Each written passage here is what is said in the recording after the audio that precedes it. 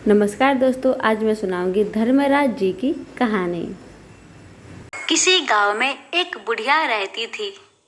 वह बहुत नियम धर्म से पूजा व्रत करती थी। एक दिन भगवान के घर से यमदूत उसे लेने के लिए आए। बुढ़िया अम्मा उनके साथ चल पड़ी।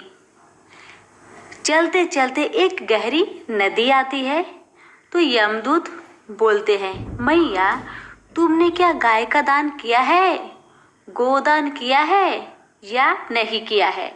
बुढ़िया अम्मा मन में श्रद्धा से गाय का ध्यान करती है तो गाय उनके समक्ष आ जाती है।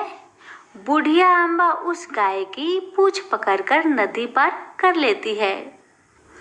बुढ़िया अम्मा फिर से यमदूत के साथ आगे बढ़ने लगी तो उनके समक्ष काले कुत्ते आ गए। फिर यमदूत बोलते हैं, कुत्तों को खाना खिलाया। बुढ़िया अम्मा ने मन में कुत्ता का ध्यान किया तो रास्ते से कुत्ते चले गए। अब बुढ़िया फिर से आगे बढ़ने लगी तो रास्ते में कौवे ने बुढ़िया अम्मा के सिर में चोंच मारना शुरू कर दी। तो यमदूत बोले कि मैया ब्राह्मण की बेटी के सिर में तेल लगाया था। बुढ़िया ने ब्राह्मण की बेटी का ध्यान किया तो कौवे ने चोंच मारना बंद कर दी। कुछ आगे बढ़ने पर बुढ़िया के पैर में कांटे चुभने लगे तो यमदूत कहते हैं कि खराऊ आदि का दान किया था। बुढ़िया अम्मा ने उनका ध्यान किया तो खराऊ उसके पैर में आ गई। बुढ़िया फिर आगे बढ़ी तो चित्रगुप्त जी ने यमराज से कहा कि आप किसे लेकर आए हैं?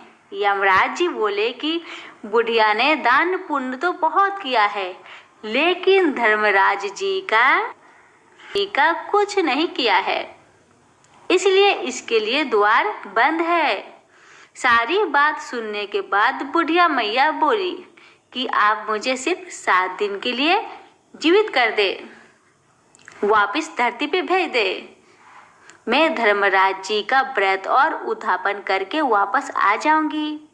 बुढ़िया माई वापस धरती पर अपने गांव पर आ गई और गांव वालों ने उसे भूतनी समझकर अपने अपने दरवाजे को बंद कर दिए।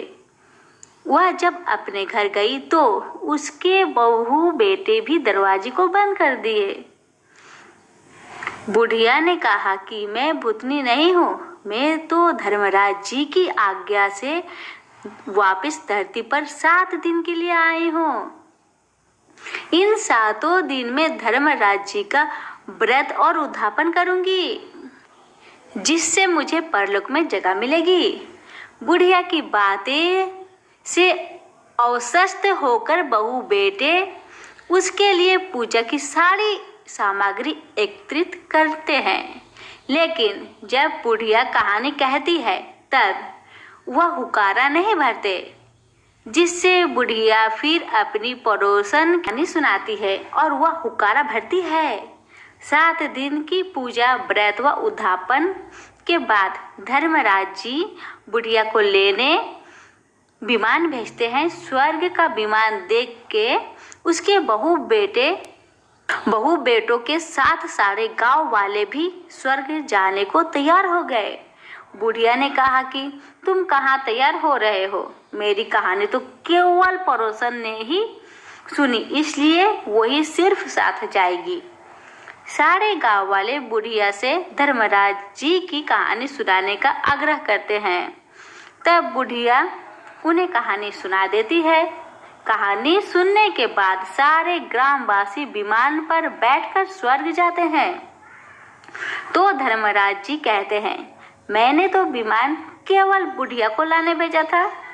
बुढ़िया माई कहती है कि हे धर्मराज जी, मैंने जो भी पुण्य किए हैं उसमें से आधा भाग आप गांव वालों को दे दो। इस तरह से धर्मराज जी ने ग्रामवासियों को स्वर्ग में जगह दे दी।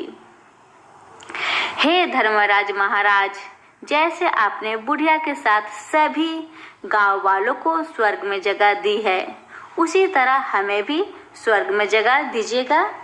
कहानी सुनकर हुक्कारा भरने वालों को भी, कहानी कहने वालों को भी जगह दीजिएगा। धर्मराज महाराज जी की जय हो। मेरी सुनाई हुई कहानी अगर आपको पसंद आती है तो प्लीज़ हमारे चैनल को सब्सक्राइब करके बेल आइकन को ज़रूर दबाएं। धन्यवाद।